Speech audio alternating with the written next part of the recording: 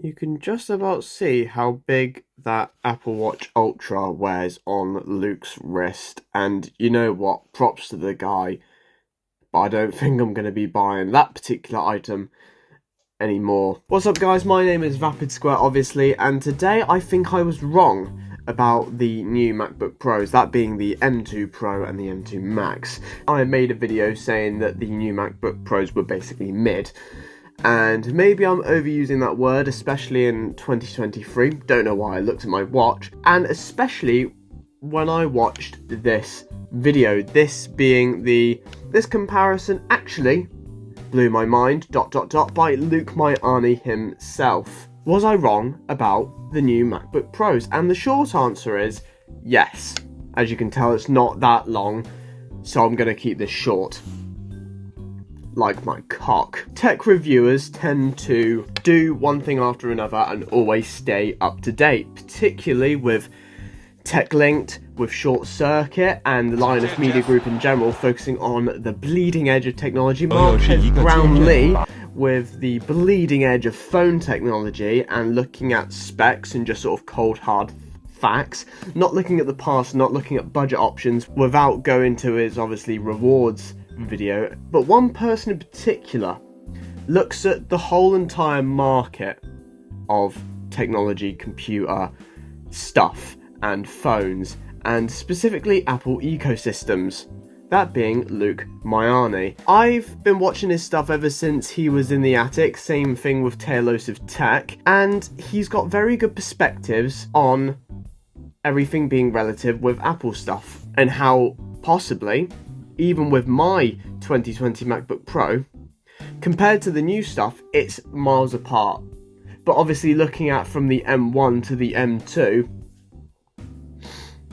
they're not. As I said, I've been watching this video and I've got a couple notes here, so I'll just go through them. In Luke's video, I won't talk about every single bit of information that was in said video. You can go, you all can go watch that video linked below, because it does give a good insight, and I feel like Luke's enthusiasm is unmatched in this space. But specifically, I want to talk about the Cinebench and the GFX Bench results. That being this. Now that 2017 is what it is, and I believe what he had in there was a 13-inch. In fact, let's have a quick look. What he had there was a 13-inch, and mine being the 2020, it is essentially based off the 2018 model. However, this is the base 1.4 GHz Core i5. Notice how I said 2020. It's still the 8th gen. They had only updated the keyboard on this particular model back when we didn't have the M1, and then they released the M1s in November. I bought this in July. Enough about that. If you look at that Cinebench compared to the M1, which were basically the same price. Now, obviously, back when the M1s came out, they had their limitations compared to the Intel variants, and there was still a lot going for the Intel. But now, the only thing worth getting in the Intel space is nothing, and you won't even consider them, especially brand new. Secondhand, bit of a different story, also depends on your use case. However, specifically with these cold hard graphs, these cold hard results, the M1 and the M2 completely unmatched. So if you were, in my case for example, wanted to upgrade from a 2017 up to a M1 or M2, it's such a difference that even renders the Mac Pro useless. Now think about that for a moment, and I guess I was looking at it at an ignorant point of view, saying, oh, it's then Apple doesn't innovate, and then you add a little can't innovate anymore, my ass clip.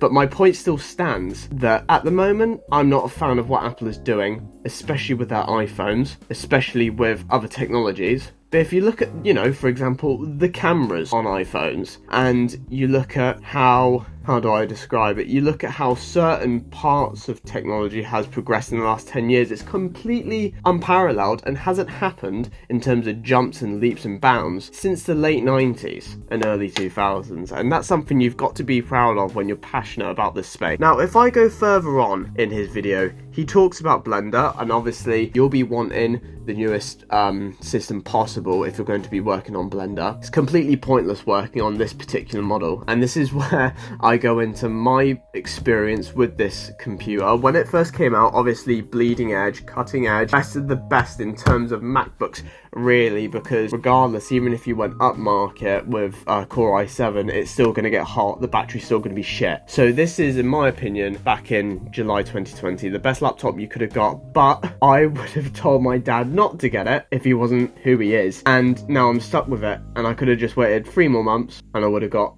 the M1, I probably would have still kept it. So maybe I'm a little bit angry about it, but as I said, it's an 8th gen Intel, it's not even 10th gen. That's something that I'm absolutely fuming about. Guys coming, bear with. Oh. Right, mate? Hello, mate, you alright? Not too bad, yourself? Yeah, you know, living a dream. Thriving. And actually, it's not. That's how selfless I am. I'm the most selfless person in the world.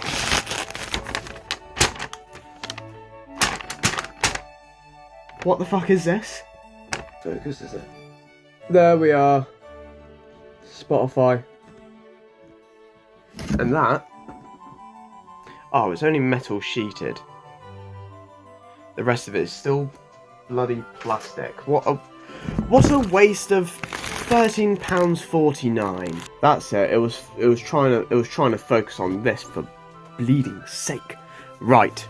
And then my other 2 points is that it is getting at 60 degrees. Now this has gradually got worse from about 55, and obviously that's because of the way Apple tends to disperse heat and how they control heat within their systems. Got a dying keyboard, basically meaning I've already had it replaced alongside the battery, so this probably still has another year left in it if I wanted to use it for professional work, which I do.